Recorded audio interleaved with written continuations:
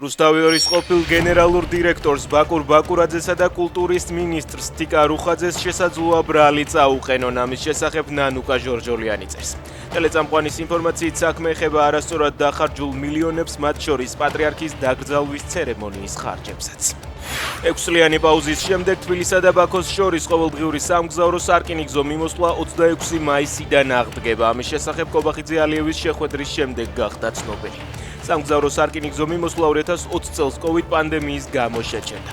გარდა ამისა, თბილისი და ბაქო აზერბაიჯანიდან გაზის ყიდვა-გაყიდვის თაობაზე გაფორმებული ხელშეკრულების 20 წლით გაგრძელებაზეც შეთანხმდნენ.